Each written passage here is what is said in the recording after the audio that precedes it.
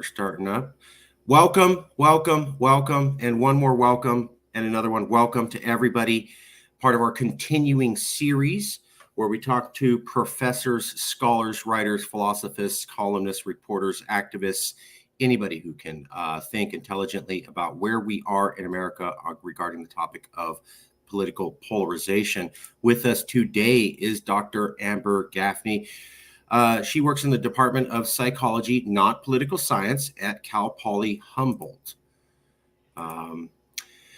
Dr. Gaffney received her PhD in social psychology from the Claremont Graduate University in 2014. She received her undergraduate degree in psychology from Cal Poly Humboldt in 2006.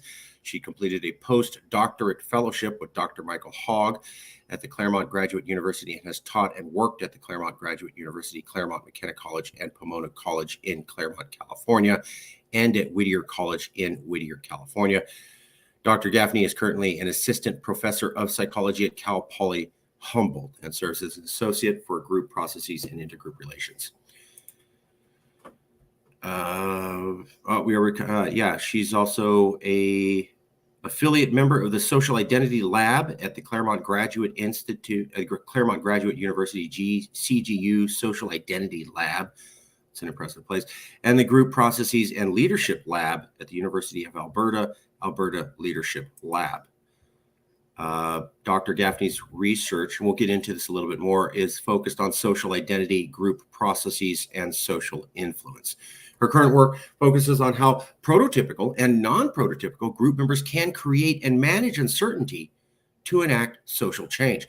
She has researched minority influence, group polarization, leadership, and attitude change from social identity and self-categorization perspective.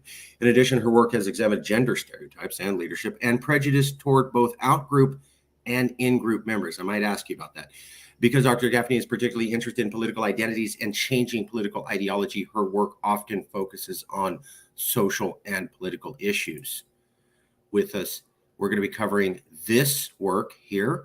Further to the right, Uncertainty, Political Polarization, and the American Tea Party Movement, published in 2013, almost 10 years ago. Roughly what it said was the Tea Party entered U.S. politics in a time of economic uncertainty, positioning itself far to the right of the conservative movement.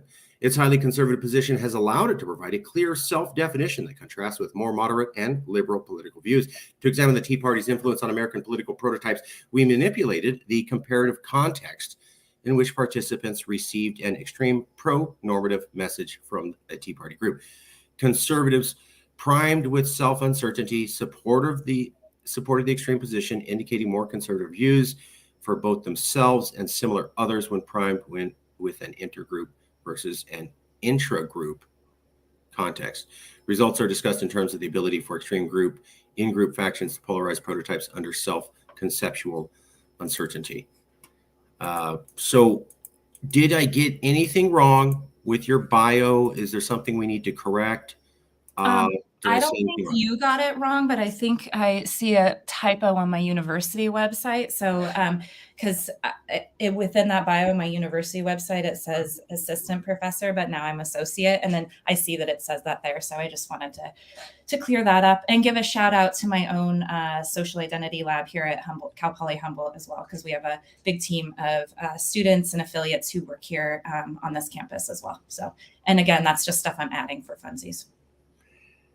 In no way did I want to insult the Social Identity Lab at Humboldt University or say it's less than the Social Identity Lab at the Claremont McKenna constellation of universities. And please accept my sincerest apologies. No, not at all. I'm joking. The shout out all of the time. I try to keep it light because it gets pretty serious. So let's go back in time. I want to go back to the year 2013. Yeah. What's going on in the year 2013? Why study this issue? Why is this an important issue? Why is this worthy of study? Well, pretend like I haven't been alive. I wasn't there.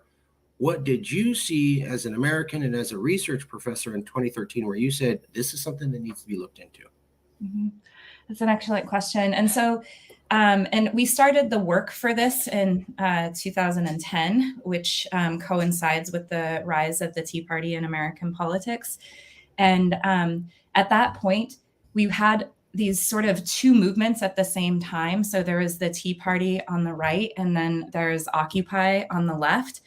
And as I would go out, because I like to go and watch actual movements. So if there was a demonstration of Tea Partiers, if you recall, they would be wearing their Revolutionary War era garb, out with their taxed enough already signs.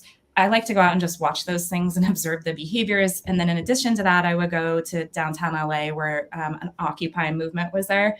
And as I was watching these and having conversations with other academics at my grad school, we came to the conclusion that one of those movements was going to be far more effective at pushing their side further away than the other one was. And that was the Tea Party, because they seemed pretty organized.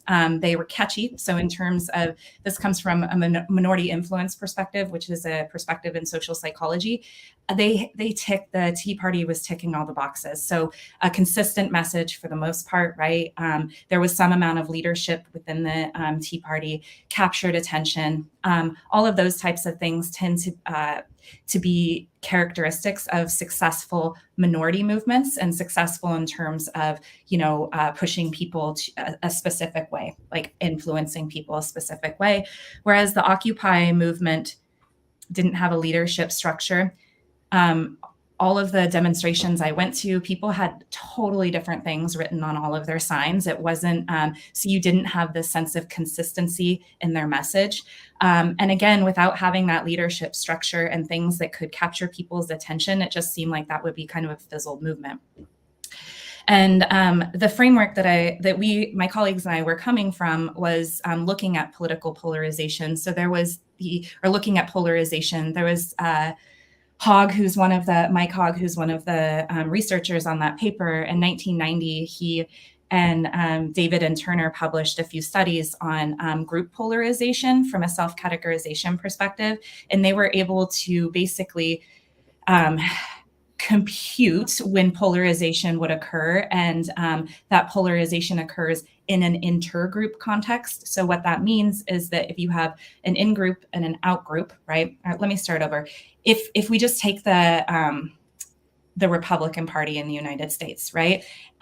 In the case when you have the Republican Party in the United States, and they're only thinking about themselves in terms of being a Republican, and not necessarily in comparison to anybody else, in comparison to an outgroup, they're just thinking about who they are as Republicans. Then if they were to get a message that seems kind of far out there, right, from a party that's even further to the right from where they were, because the Republican Party was pretty dang moderate at that point in time, okay, that wouldn't be very attractive. It wouldn't be a successful minority movement. However, when it would be, and this is according to the Hogg et al. 1990 study, but it goes back to the Turner et al. 1987 stuff, in the case where it becomes an intergroup context, wherein Republicans are now comparing themselves to both Democrats and part of their own, right? Because the Tea Party was nestled within the Republican Party. What the Tea Party would allow the Republicans to do is to psychologically distance themselves and be very distinct from the real outgroup, which is Democrats. And so we thought this would be a really cool way to test some of the premises that we've been thinking about for years in terms of the self-categorization theory, and to demonstrate that actually occurs. Now, of course, you mentioned the economic uncertainty that people were feeling. We come from my colleagues and I do research on self-uncertainty. And so self-uncertainty is described as a negative drive state. And this is where you kind of question who you are, where you're going in life. And this could be different. So what makes you, Marcus, uncertain about who you are is likely different than what makes me uncertain of who I am, right? And so it could be, for me, it is, oh my gosh,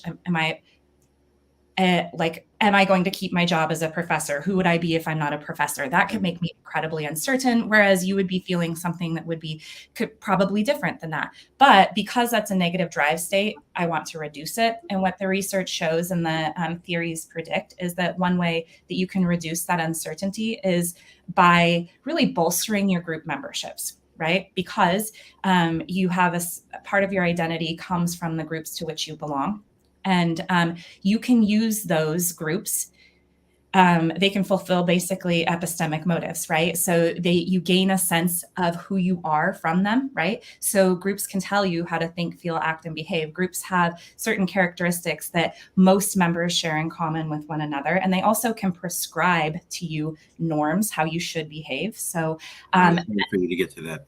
Yes. And then at the same time, those are the things that set you aside and make your group appear different from another group, right? And so you can use those group memberships to be like, oh, okay, I'm really uncertain about who I am, but guess what? I am a member of the Republican Party. These are the norms that go along with the Republican Party. These are the ways in which I should behave. So you can use that group membership to reduce that uncertainty. So we wanted to come in and say that that certain factions can capitalize on people's uncertainties to a certain extent if they create a situation where we need to be different from an actual outgroup. And then they can use that to no longer be just a minority presence in a group that is ineffective, but they can use that to pull the group along with them as the group moves away from an actual outgroup. So that was kind of a lot of word vomit on theory for you. So no, yeah. So negative drive state means you're worried about something bad happening to you, and the compulsion to deal with that is driving you towards action. Yeah, and so it's basically uncomfortable, right? We don't want to be uncomfortable. Discomfort, right? Yep, and we want to get rid of it. And so with that sort of self-uncertainty, when it's uncomfortable, and we're not talking about like, oh, what kind of sandwich am I going to get? Unless that's really a core part of your self-concept. But this is those things about who you are that really make you feel uncertain, that if you start to dwell on that, it can make you very uncomfortable. And so you look for reasonable ways to reduce that. And one of those ways is to use those social identities that you have, or those groups to which you belong. So you can kind of latch onto those norms and see yourself through the lens of the norms of those groups. A couple things. I've literally seen that. So I'm in the Central Valley. We're dominant liberal, but just barely. And it's a slow process. Like I've told my conservative friends, it's changing and things aren't going your way, but it's going to take a while to get there. Like, 51, 56% versus 49. I've seen a lot of people who did not have a job, did not have a career path, but didn't want to be seen as a bum. And so they were like, went around, told everybody, I'm a Republican and I can't stand these homeless and bums on the streets. And a lot of us were thinking, you're the only one in our group that doesn't work. And none of us are running around going, I can't stand these homeless bums. I mean, I work. So why are you, who doesn't work, so interested in calling yourself a Republican and going around and saying, I can't stand all these people that don't work? And I saw that once and I just dismissed it as weirdness. Then I saw it 2 or 3 more times and I'm like, hold on, there's a pattern here. Yeah, it's you see these, once you start seeing these things, you can't unsee them. And then you learn the jargon that we use to describe them. And you're like, that makes sense.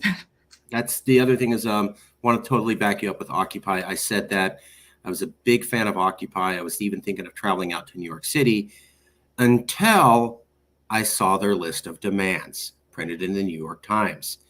And it wasn't, banking was like one of the things. And then it was like, make sure kittens aren't hurt and make sure that we are a more sensitive place to all genders. And I'm like, what does that have to do with going after the banksters who just collapsed our entire economy with predatory lending and knew damn well what they were doing and didn't care that 100 million Americans were going to be destroyed? You just diluted the message with a bunch of stuff that's going to polarize your group against each other. And that is exactly what happened. I called it the moment I saw that thing.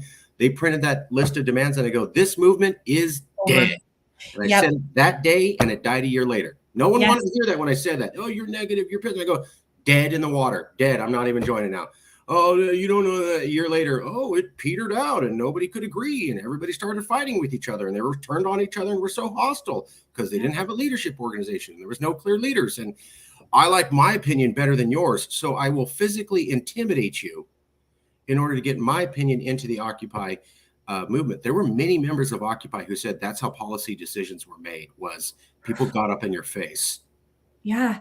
And I mean, you can see all of that. These are, and again, this comes from the research on minority influence. And I'll now give Bill Crano a shout out because I've had the opportunity to write a few things with him on minority influence and it's always lovely. But even going back to Moscovici's seminal work in Minority Influence, one of the most basic things about moving groups, like moving them in any direction, is a consistent message. And then we're now starting to bring that leadership into it, because what a leader does is it helps to clarify. When you have a leader, that helps to clarify what the group is, and the role of leadership cannot be overlooked. So if I ask you about certain movements over the years, if I said, can you describe to me what pops into your head when you think of the civil rights movement in the United States? Do you see any leaders in your head? Absolutely. Right. And so that is one of the things that helps to clarify what a group is and also capture people's attention. And so when you're looking, and if you want people to be a part of that group needs to give people information about who they are. And so they need to have that target to look to. Right. And so that's that hugely important role of leadership in a group for good. And I give the example of the civil rights movement having leadership structure there, but not all movements are for good, right? And not all leaders lead their groups. Yeah, I know, it's wild. Come on. Beer hall push 1930s, just a couple guys who wanted things to, get better for veterans. Yeah. What? I'm joking. That was how the Nazi Party got formed.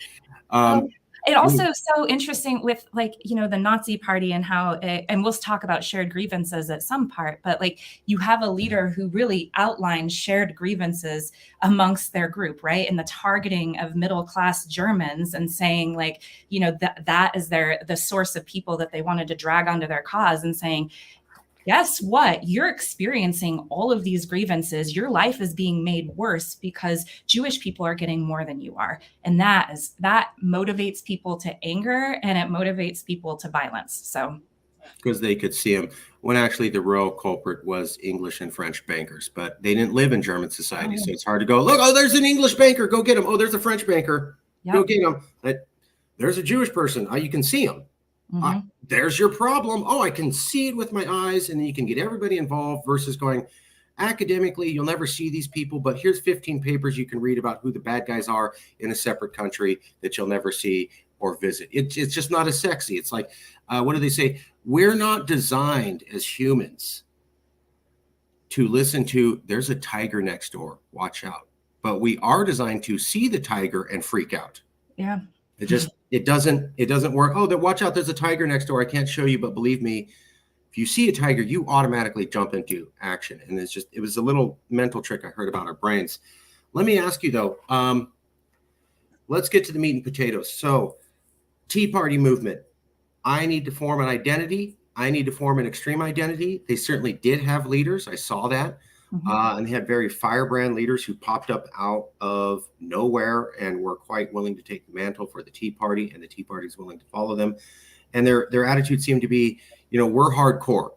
We don't compromise like the weak Republicans. We're the real hardcore wing, maybe the Azov battalion of the Ukrainian army, if you will.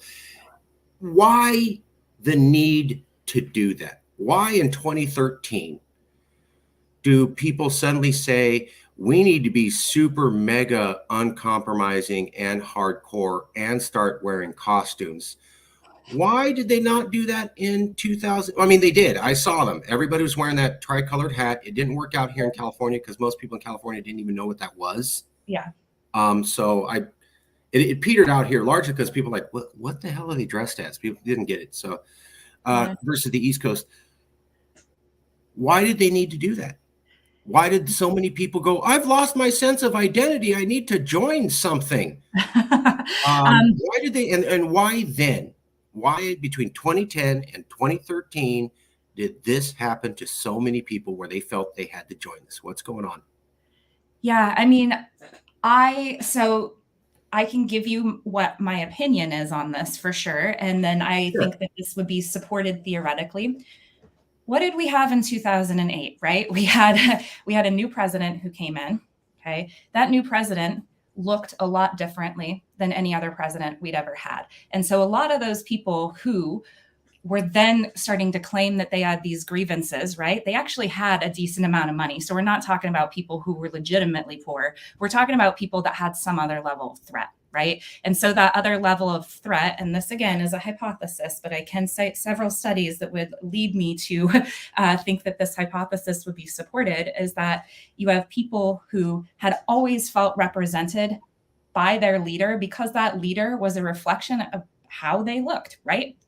And then you have Barack Obama come in, and that blows up our perception of what leadership is and what leadership can be. And he has this unifying message, or attempts to have this unifying message. So I think that for some folks, you start to get this sense of like, oh, what if I'm not represented in the American identity anymore, right? What if I'm not what people think about when they think about the United States? Okay. And so then you have this idea of like, okay, you get this sort of level of collective uncertainty for some folks, and then this desire for movement. Again, that's from a social psychological perspective. We can always talk about the economy and how that created uncertainty and things for sure. But I think that, you have this kind of backlash to Obama was a big portion of that.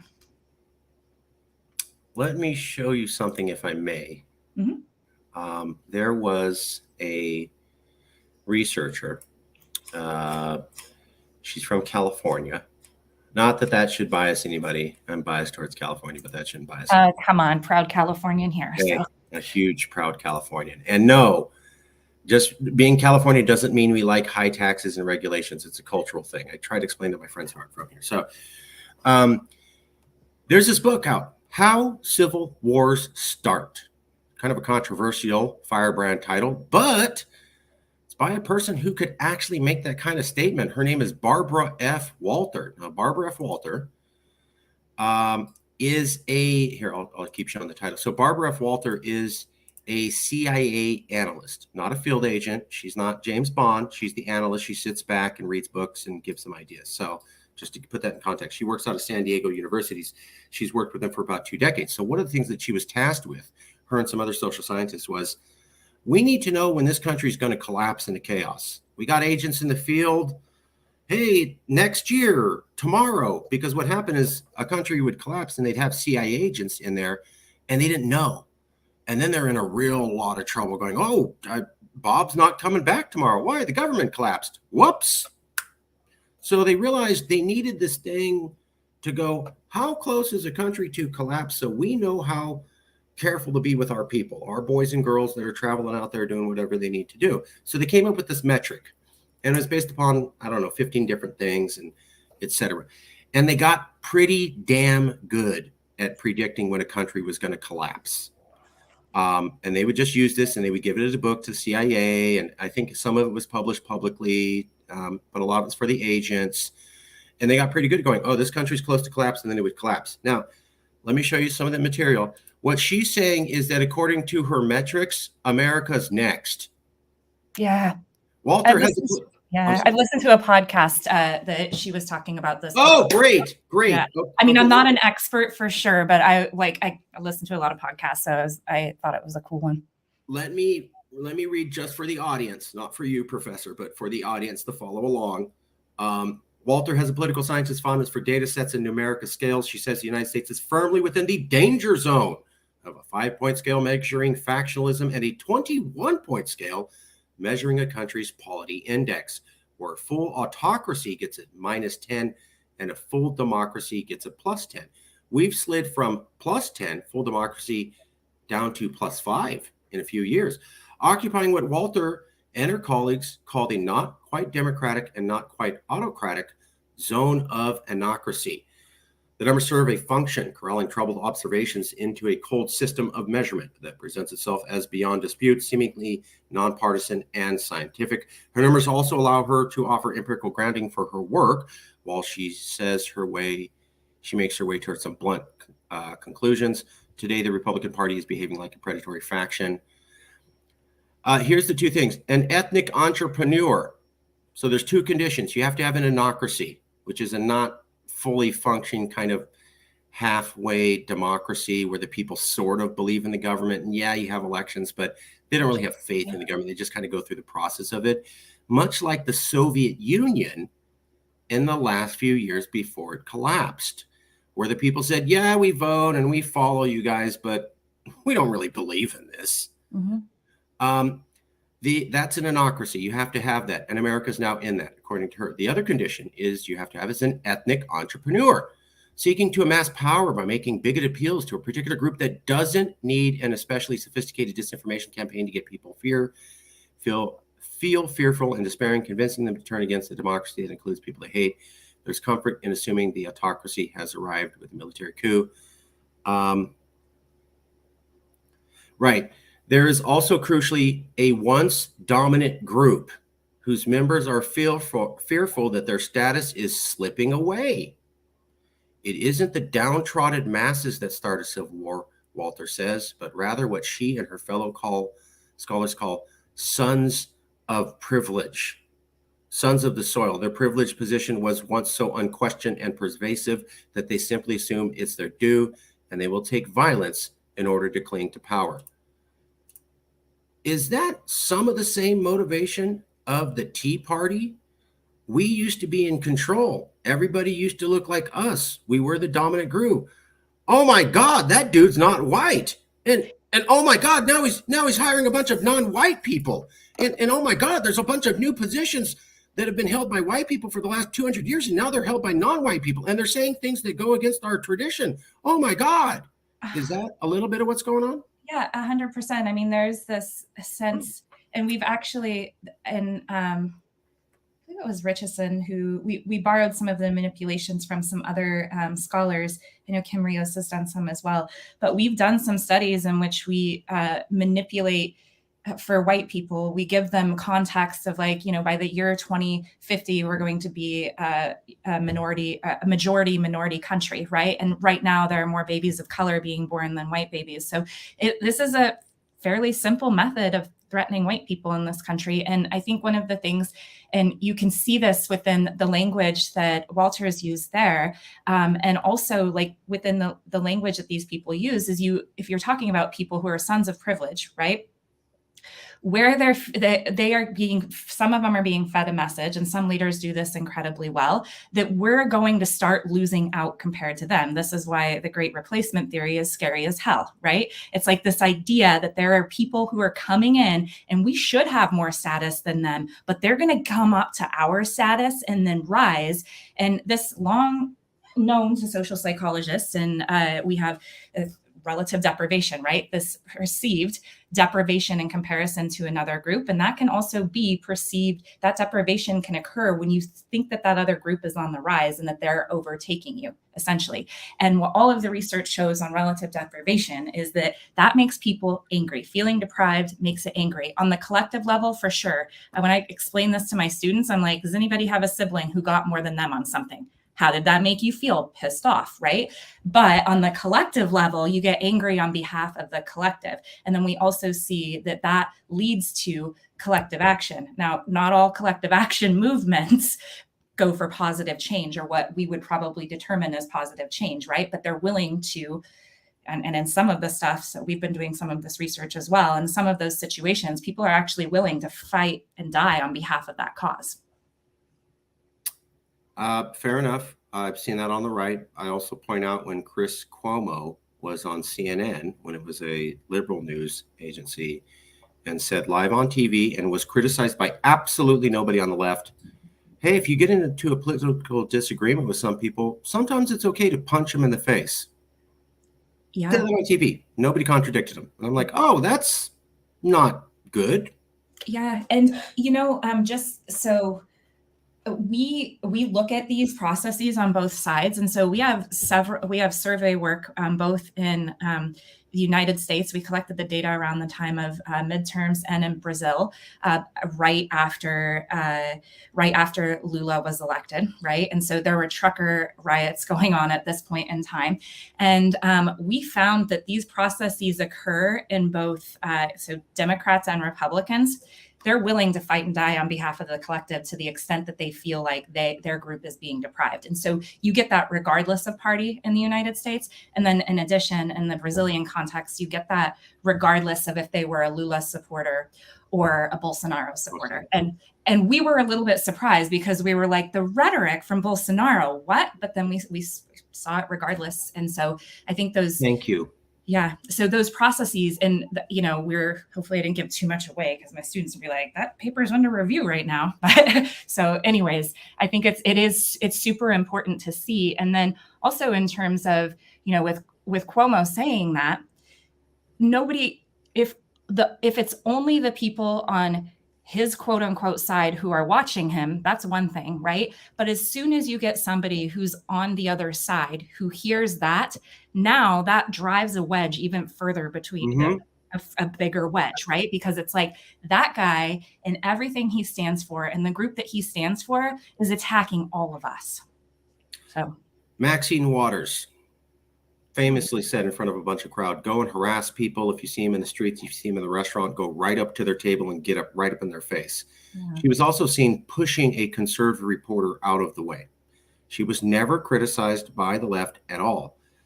That incidence of her pushing a reporter out of the way and saying, let's attack people where they sit, widely played all over Fox News. You almost never saw it on liberal news. So that absolutely riled them up. And the fact that the liberals wouldn't even acknowledge it, or condemn it, made them even more mad.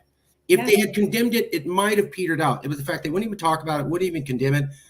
God, there was when the year that she did that was played about every third day on Fox News.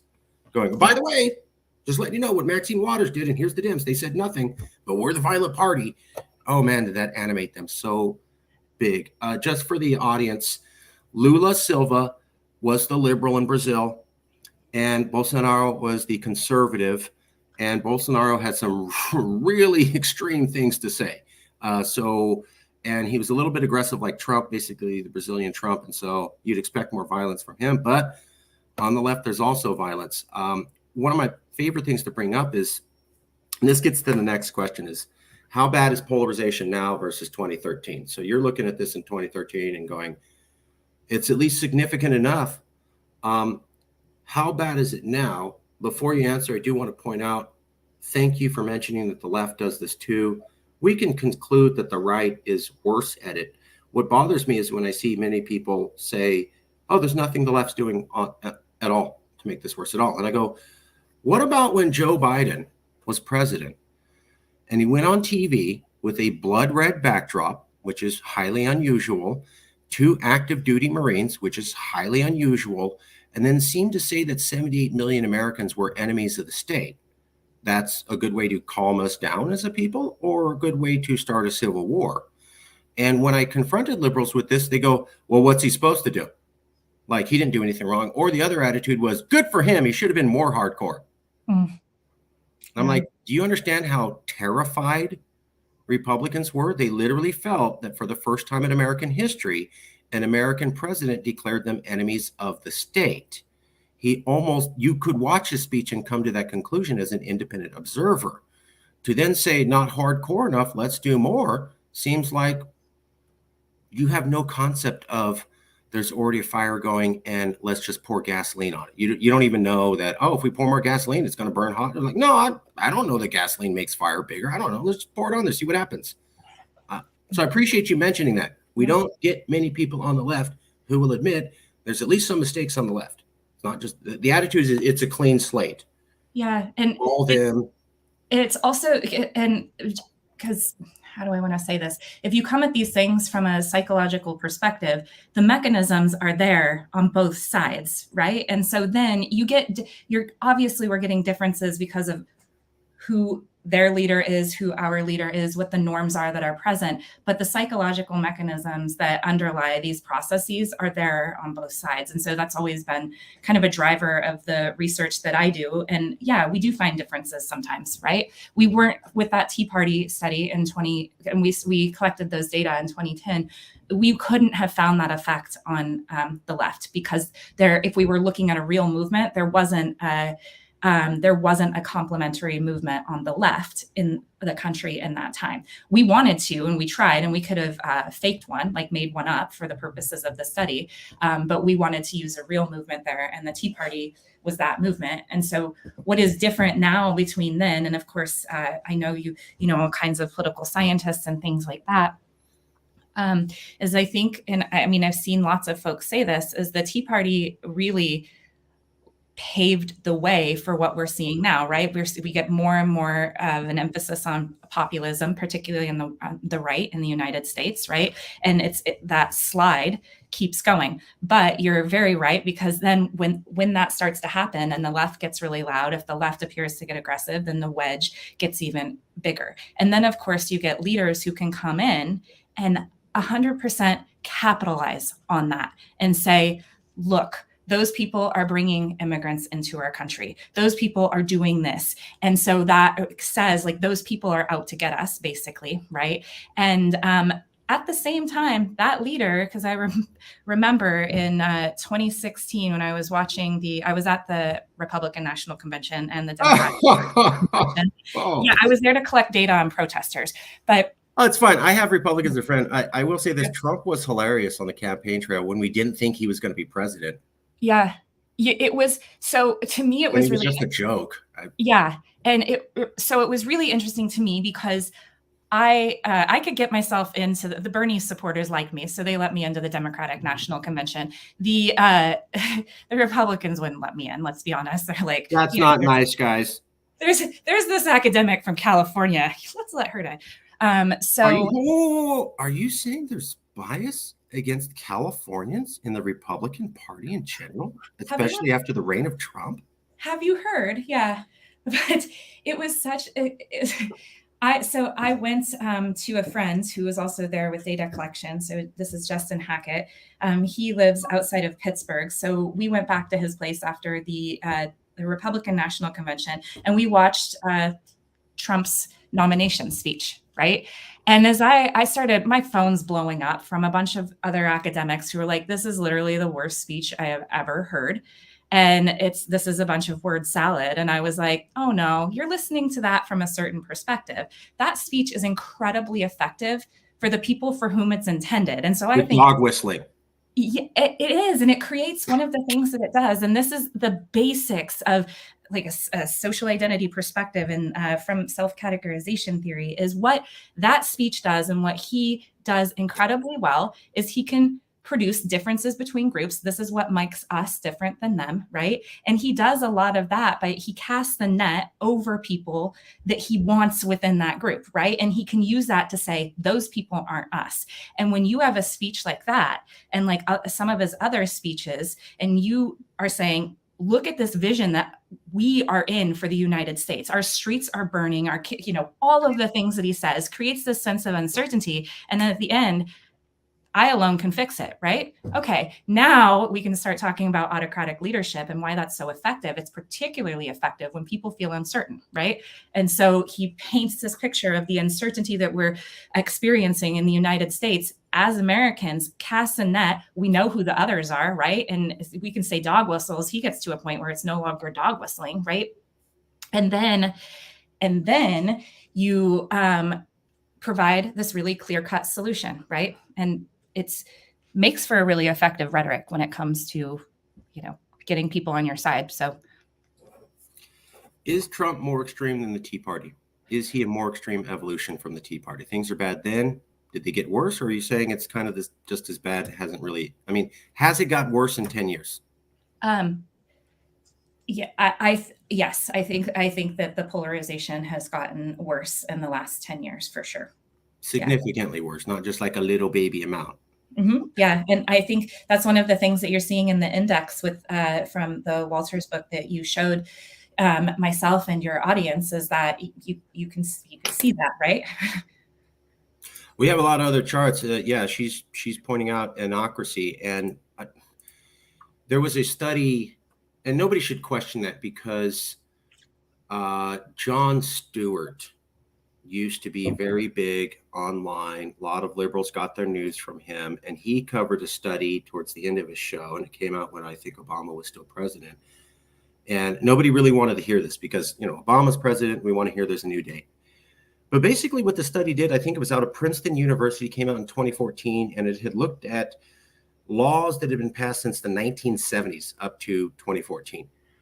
And basically what they found was that if corporate America or the rich wanted something, they always got the laws they wanted. But if the middle class wanted something, they pretty much never got it unless it happened to coincidentally align with corporate interests. And I think they said something along the lines of quotes, the American middle class's desires have an almost zero significance on the ability to get a law passed. And that was looking over 1970s, 40 years, and basically saying, we're not really a democracy. You may call it that, but it's really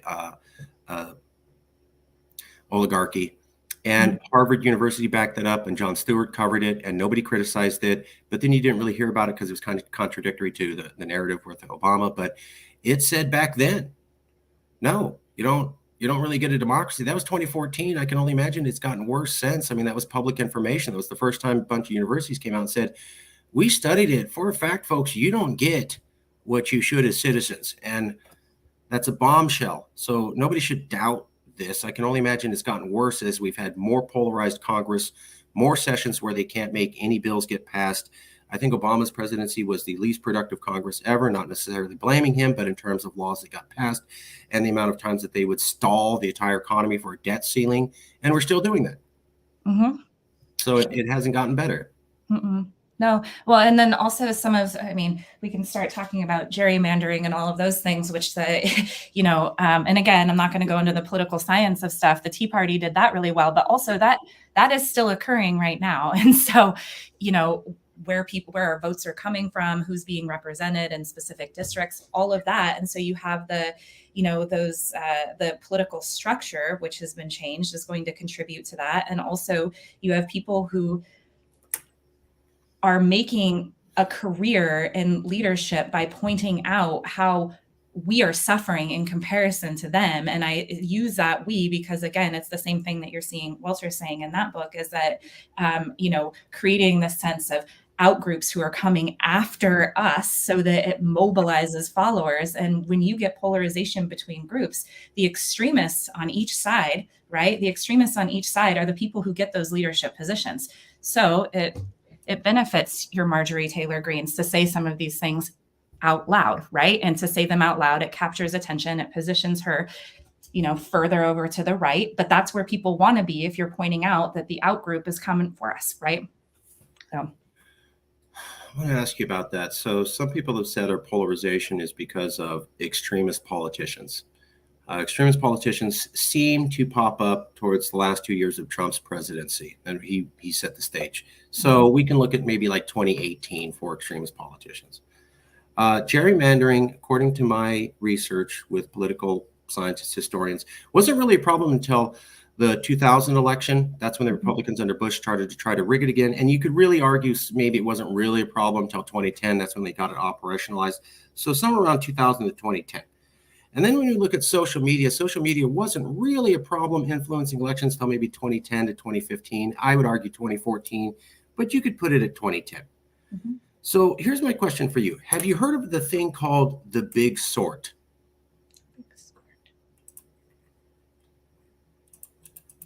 So the Big Sort is an idea that Americans are sorting themselves into separate communities. Mm-hmm. And that's why we're getting polarized.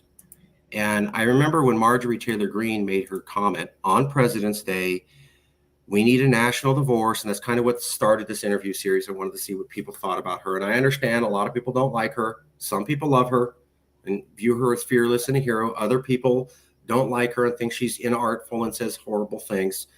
And when she came out on President's Day and said we need a national divorce because red and blue can't live together, it was not totally clear what she was getting at. Was she talking about new states being born, separating counties, full-blown secession, or what? And she had to come back the next day and say, I mean a negotiated settlement in Congress, and I don't mean X and Y. So, yeah, there was mistakes. But here's the thing. This is a map from New York Times. Came out in 2016. Mm-hmm. It's based on the book called The Big Sort. The Big Sort is a book by a guy called Bill Bishop. Came out in the 90s. And what he said was that Americans are sorting themselves into communities. I'm a liberal in Texas.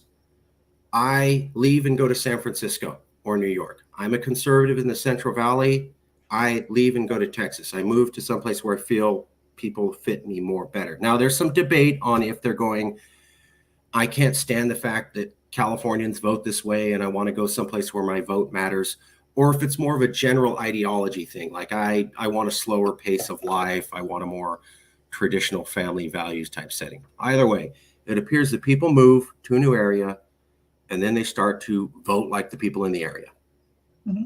So here's this map. In the top left corner, I know it's a little bit hard to see, top left corner is 1992. So red means, and this is presidential election voting by county. So red means don't even run here because Republicans always, if you're a Democrat, Republicans always win by 20 percentage points or more, what's called a landslide election county. You're winning by 20 percentage points. There's no chance for the other person. Blue in that top left map means don't even run here if you're a Republican. It's hardcore Democrat country, or what my aunt would call, my tia, yellow dog Democrat. Now, most of America in that map in the top left is gray. You'll see blue, red, mostly gray. And then the other maps go through the different years. Now, the map at the bottom is 2016.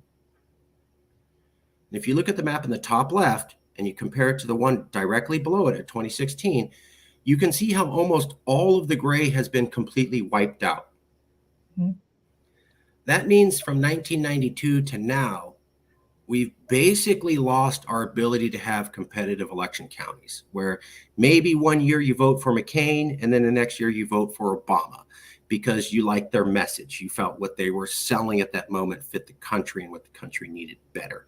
We used to be able to do that in most of America. Now that's wiped out and we have landslide election counties for almost all the country. That's not the only map that shows this. It's one of my favorite ones. I know this is a little bit hard to see, but the map on the left is presidential elections by county in the year 2000. Yeah. The one in the center is presidential elections by county in the year 2020. I know it's a little hard to see, but what you can tell is the one on the left, 2000 election, there's a lot of light pink and light blue. Mm-hmm. We go to the 2020 election in the middle, all hard red and hard blue. Kind of backs up the other maps. What they've been saying is that since 1992, maybe earlier, Bishop just says at least from 92. I've heard people saying it goes back to the 60s. I don't know. At least from 1992 to now, or basically 3 decades, we've had the American people moving and sorting themselves out at the county level and making it where we have super polarized elections. And you can literally see this transform over years. For comparison, the map on the far right is from 1968. 1968, I wasn't alive, but as I understand, was the most politically charged, polarized year of the famous 1960s era. The 1960s were, oh my God, the 1960s is so horrible compared to now.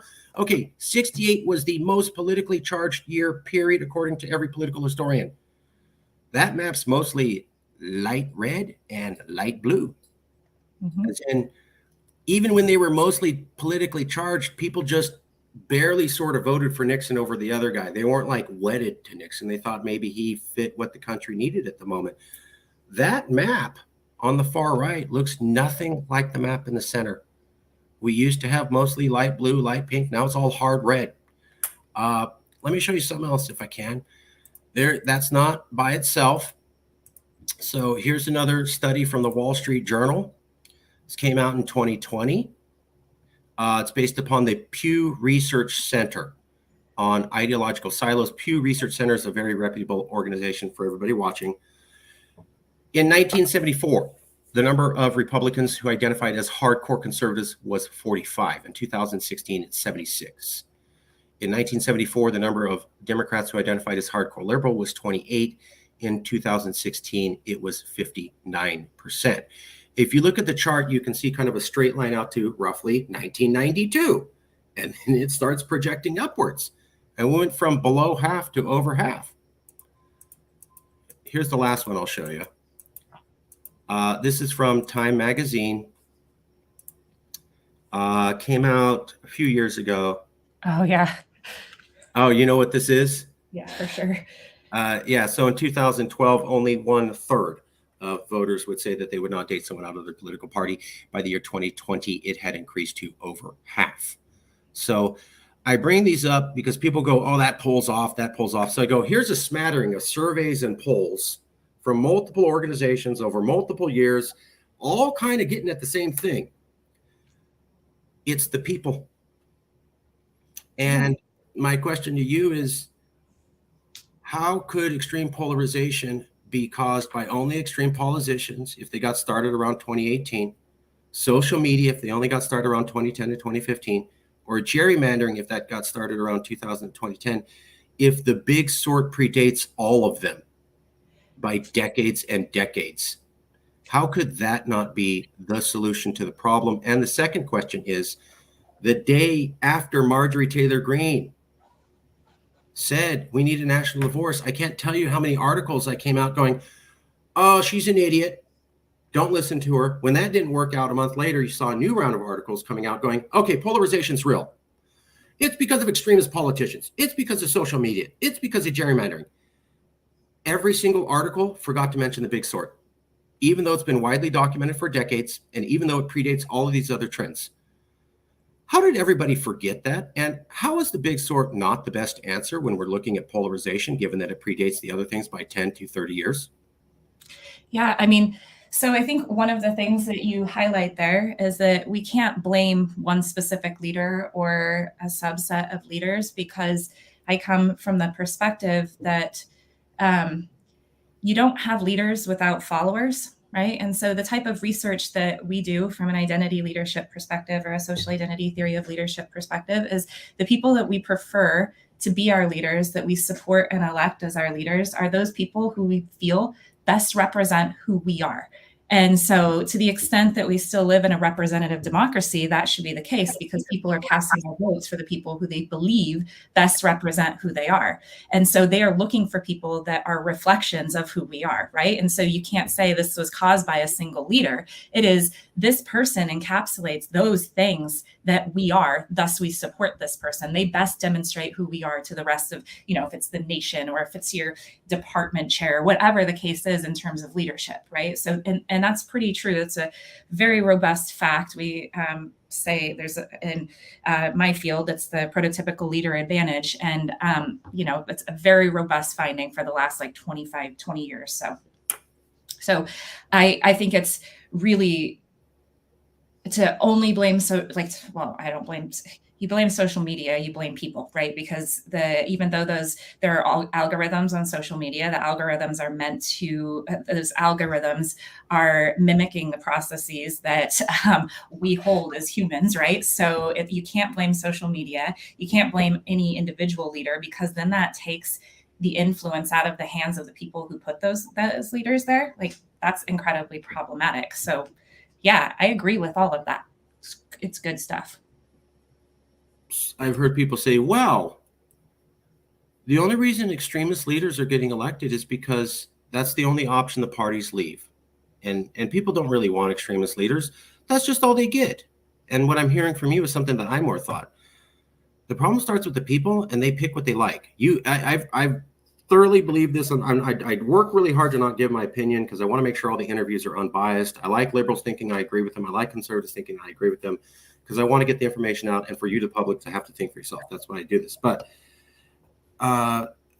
this idea that it's people get what they vote for. I've seen this many times. I go, why did people outside of California go, why is Gavin Newsom saying these wild and crazy things? And I go, because the people of California like it. Why is Governor whatever Texas saying these crazy things? Because average Texans like that. I have family in Texas. I'm from California. I mentioned those two because I knew we'd have family go, oh my God, your elections were rigged and it was stolen. And that's why crazy Newsom took control. And then he said, we need to have safe spaces for transgendered bathrooms, and he's forcing that on you guys. And I go, no, 80% of the people here like that and told him to do it. What? No, the election was rigged and it's forced on you. And I go, no, if you don't like the crazy stuff he says, that's fine. Just recognize we all drank the Kool-Aid. Yeah. California phrase. So you can think we're all weirdos. Okay.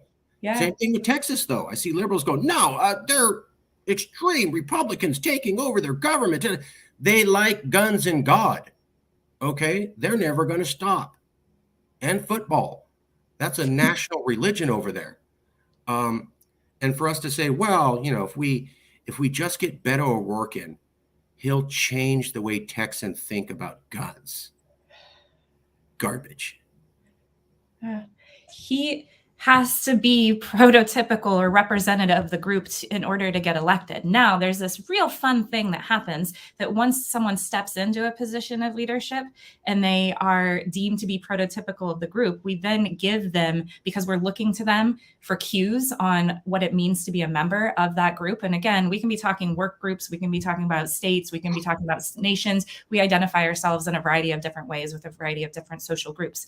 But once that person takes that leadership position, now they're the source of influence within the group. So we are looking to that person for cues on how to think, feel, act, and behave. So once that person is in leadership, then they might move us, right? But they had to first represent us to get into that position in the first place. And so once they're in, then they really have the ability to transform things. But it's not until that point that they're in. And to get in, they have to.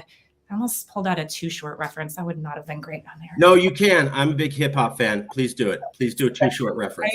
No, you can't tease. You can't win. I was just gonna say you get in where you fit in, but like, but so getting while the getting is good. Okay, no, sorry. Yeah. So, but I mean, it's a very basic principle, and you're dead right. Like they are representatives of us when they get in, and then they might shift us, but they're not doing it because we don't want them to. We're going along with it. And so this is where it's hook, line, and sinker at this point. I appreciate that. I have a theory. And if you disagree, please say so. I want honest conversations. I love when people disagree with me because it's about getting the facts right for me.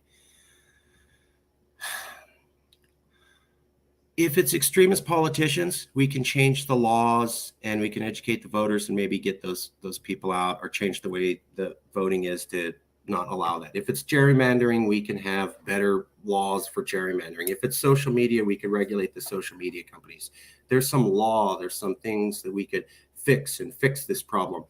But if it's the people doing it themselves over 3 decades, that's not fixed by any law. There's no quick solution. It's a long, hard, slow, 3-decade-long generational process with a maybe we make it at the end.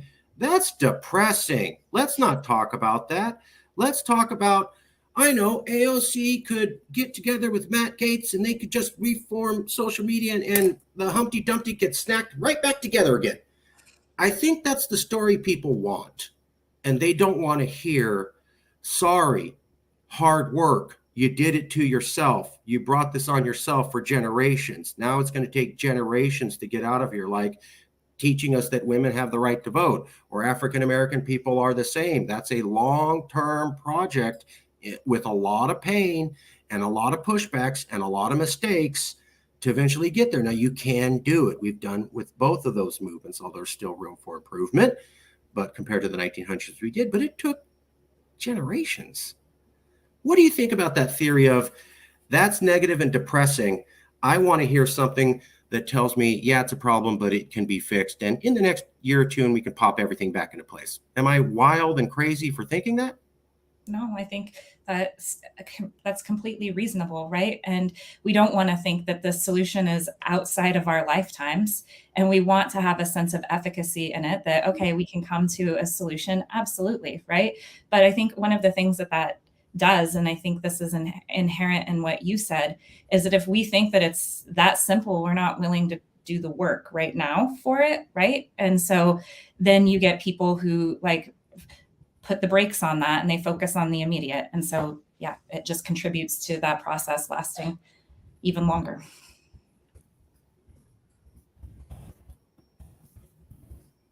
Which equals that problem lasting even longer. Turns out, folks, if you don't actually recognize the reality of the problem and you don't actually address it, it festers. The analogy I would routinely have would be if you have a cancerous sore on your leg and I come to you and say, hey, that looks like cancer on your leg. I don't want to discuss that. That's negative. But it could kill you. Yeah, but that's negative. I want to talk about how it's just a bruise. But we don't really know that. And you're not really a doctor to say that. But yeah, okay, but you're assuming it's cancer and that's negative. So I'm going to assume it's just a bruise because that's positive and you can't prove it's cancer. Yeah, but I want to have the discussion to get into it. I don't want to do that, bro. That's really depressing. That's how I feel we handle problems these days. Yeah. If it's easy and it's happy and there's a quick fix and we can bomb something or pass a law, great. We're all about it. If it's a John F. Kennedy moment, ask not what your country can do for you, but what you can do for your country. You need to give yourself to your nation, be willing to sacrifice for the betterment of your country. I'm not sure Americans up for that anymore. I hope so, but I'm not going to be able to comment on that. That is a depressing thought. So I think I'm just going to think about something happier right now. Cocaine Bear is a great movie. Go see that. It's a yuck. Perfect. It's a family film. The Cubs and the mom come together as a family to maul the guy who is harming them, but they do it as a family. So yeah, there you go. I tried to tell my mom that. She was like, I'm not going to watch that. Mom, the mom bear helps the cubs and they come together as a family. Isn't that rewarding? And I go, yeah, they gored this man alive, but still as a family. No bias. Okay, folks, the thing you got to understand is that if you're not laughing, you are crying in activism. I learned that being an activist for 10 years. Please don't take my mood as any indication that I don't take the subject super seriously. We're winding down. One of the last few questions I want to ask you is, Tea Party comes up, pretty extreme. Then Trump comes up, even more extreme. Does this mean we're on the path for a mega Trump, somebody even more extreme than Trump? I'm looking at the trend line here. Tea Party, Trump, looks like we get someone even worse in the future. Or is that not realistic? And maybe I should be thinking that. I mean, it's a good question. And it's also a good, I mean, just in terms of the theories that I operate under, it's realistic, right? Because what you have is movements with, you don't just have one individual or a faction, even a small faction of people within a group that's moving, but you have a whole group that is moving, right? And so when that occurs, if you have a situation in which someone wants to capture the attention and wants to get that leadership role themselves, it can benefit them to post an even more extreme position because that, again, captures attention, all of that. And as long as you're still in that intergroup context in which it's an us versus them environment, then that extreme position should be theoretically incredibly appealing. So it seems, based on theory, that that's incredibly realistic, which, again, I don't want to paint a doomsday scenario for anybody. It's a theory. Yep. It's a theory. It's a theory. We're saying it's a theory, but it's not a crazy theory. Is that fair? Yeah. Okay. So it could happen. Doesn't mean it's going to, but folks, it's bad enough now where thinking along those lines is not insane anymore. So my family would tell me when I started with activism, when I started in 2012, they thought it was nuts. And then the last few years, my brother has been saying, all that nutso stuff you've said for 10 years becomes increasingly less crazy every single year.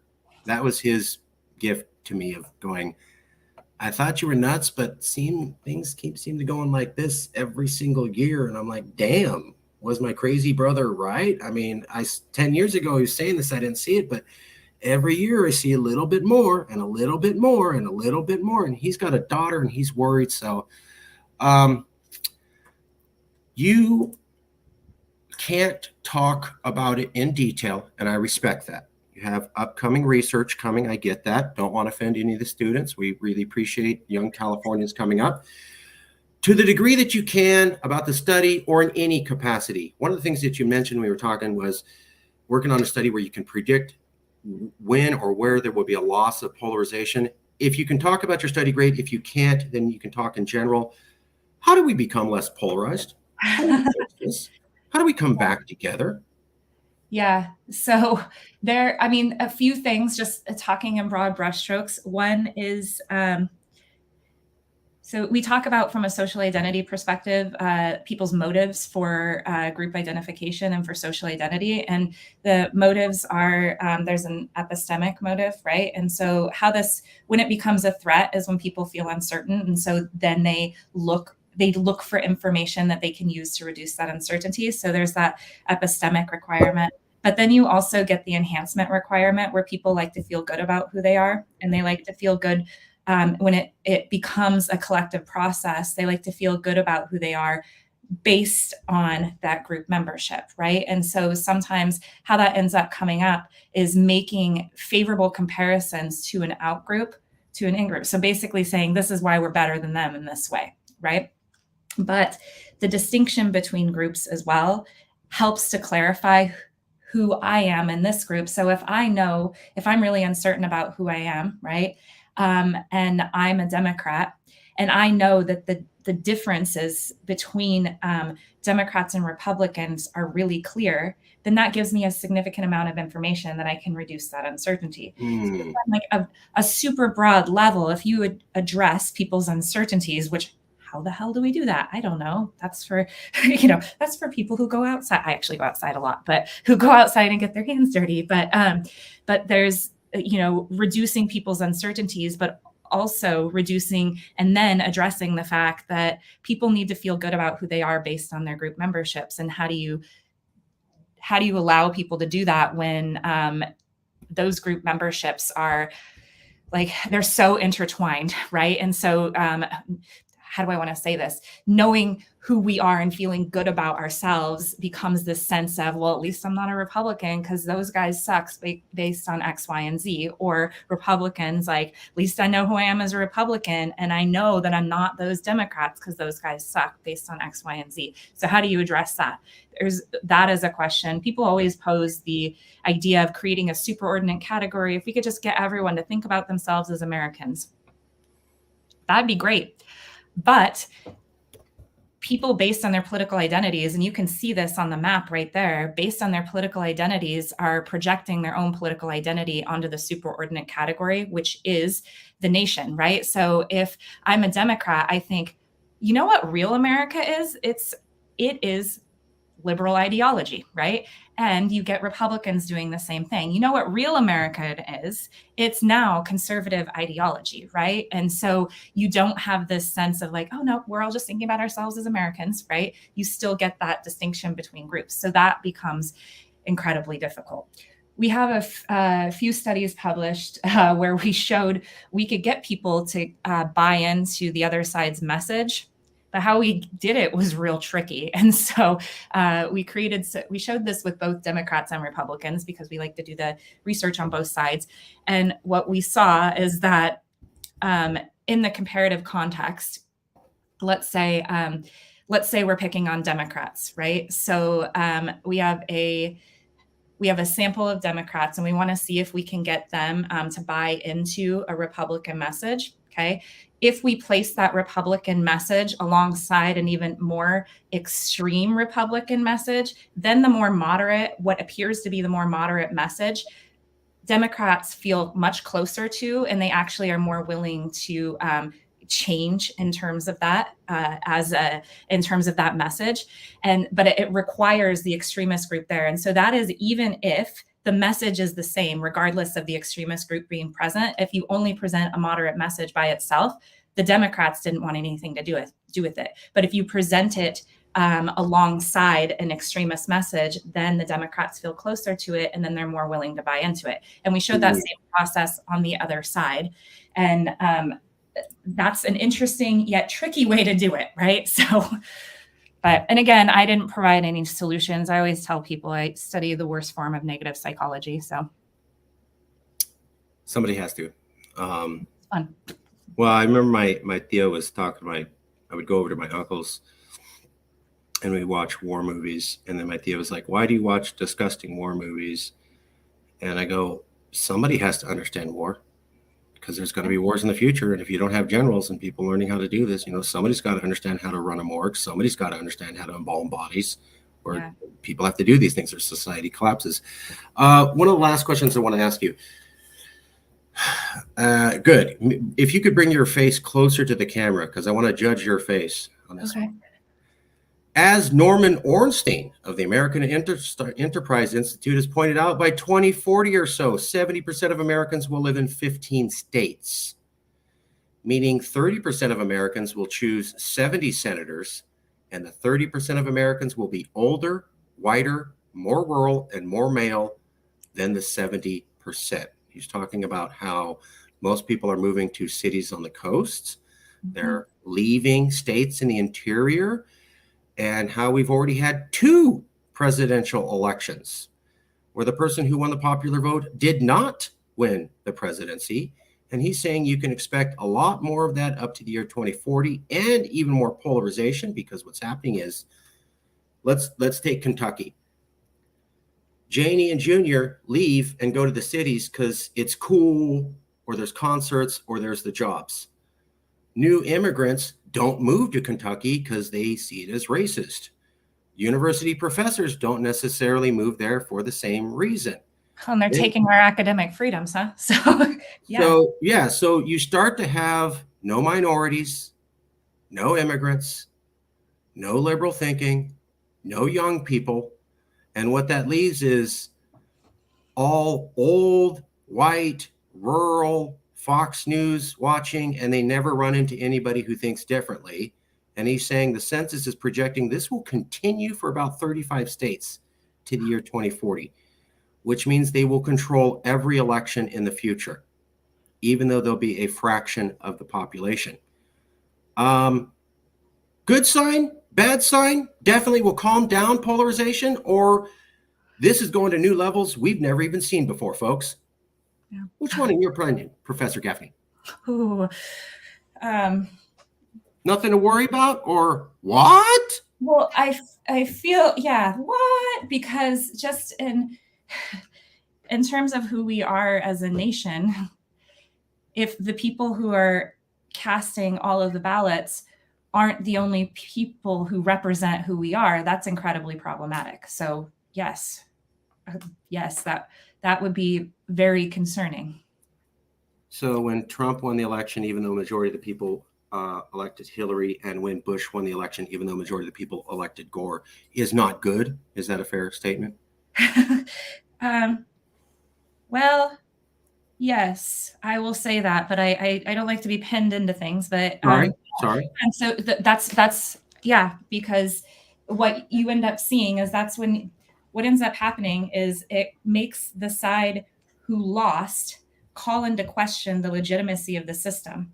Now, how legitimacy works is the system only remains in place because people aren't tearing the system down because they believe that system is legitimate, right? It's like the Supreme Court. The Supreme Court holds a lot of power, but it holds power because people think that they are a legitimate entity.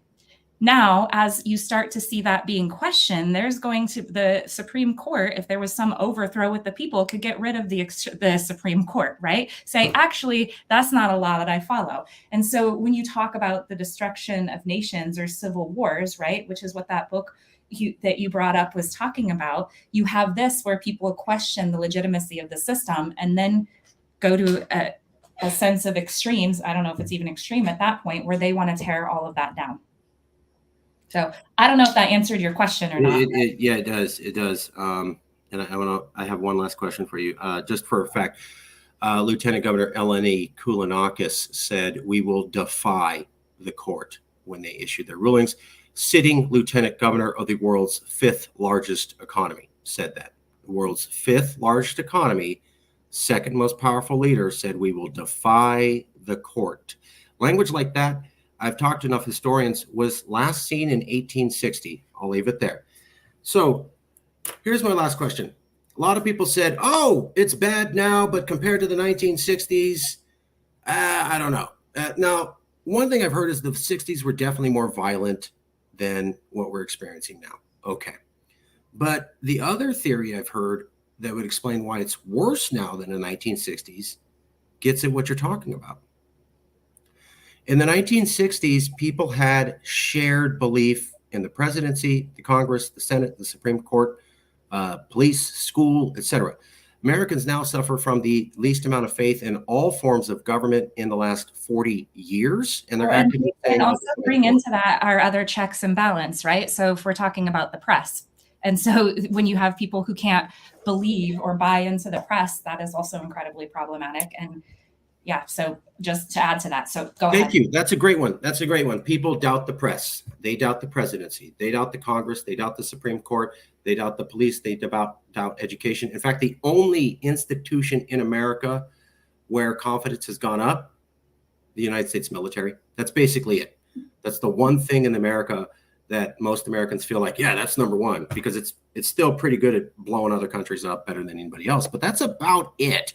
Our ability to destroy other countries is the one thing that we all think we're doing pretty good at. And when we come to how well does our own government function, we have the most lack of faith seen in the last 4 decades. When we go back to the 1960s, people seem to believe in common institutions. And as though they had different opinions, they still recognized if the Supreme Court said something, that's the rule. If the president was elected, that was the election. For example, we didn't see people on the left saying, I'm going to deny your guy was elected president for the next 4 years. Oh, yeah, well, I'm going to deny your guy was elected president for the next 4 years. Maybe things were more polarized in the 1960s, but they had this common pole bringing them all together. People are saying we don't have that now. We don't have common faith in institutions. We doubt each other's elections. And that's new and scary and not seen in the 1960s. Is that fair? Yeah. I mean, and again, I'm not a historian, but from everything I've read, absolutely. Yeah. Yeah. Okay. What are the winning lotto numbers for this weekend? I have no idea, but people should usually take 44. That's a great number. What is the best movie for people to watch on Friday night? On Friday night? Tommy Boy is a good one.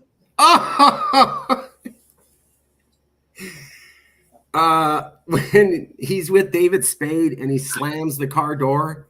Yes. And it's all crushed, and then he pushes it back into the car, and then he sits down, and David Spade goes up to the car, grabs the car door, and it pulls off, and he goes, "What did you do?" Yep. Oh, God, I lost it on that.